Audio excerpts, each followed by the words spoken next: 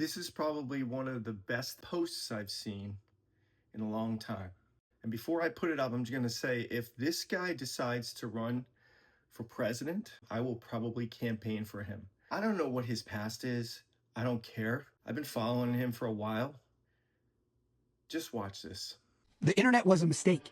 We have officially broken bad. Recently, a married mother of 3 young children was grappling with postpartum psychosis. Not just depression, but psychosis. She was committed to a psych ward for a brief stay, but she lied her way out of it and made her way back home. When her husband left the house to go get food, she took her 3 young babies into the basement, lined them up, and one by one, wrapped an exercise band around their neck and strangled them to death. Now, strangulation is very difficult, even with a toddler. It takes a lot of force and a lot of time. It's a very intimate way to kill somebody, which is probably why she turned the kids face down as she did it. She didn't have to watch the life drain out of their panicked eyes as she choked them out. It takes about 3 to 5 minutes to choke a toddler to death, so the third child had to stand there and watch their siblings die for about 10 minutes before it was their turn.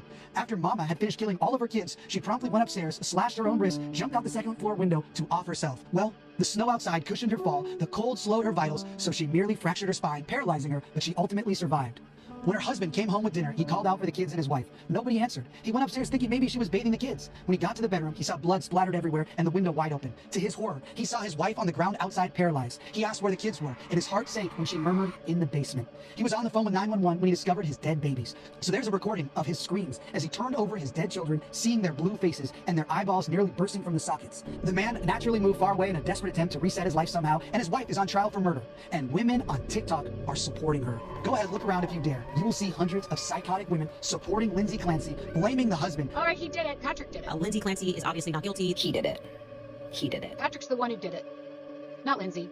Patrick did it. Lindsay Clancy's birth chart. Just following all their birth charts and birthdays and zodiac signs. I've already gone over the forensic astrology charts that show that the perpetrator is a male. Women typically don't strangle. I'm telling you all right now, when the South Node goes into Cancer, He's a Gemini man. They poison or drown them. I cannot wait for this man to be humbled and for karma to do its thing. Donald Trump.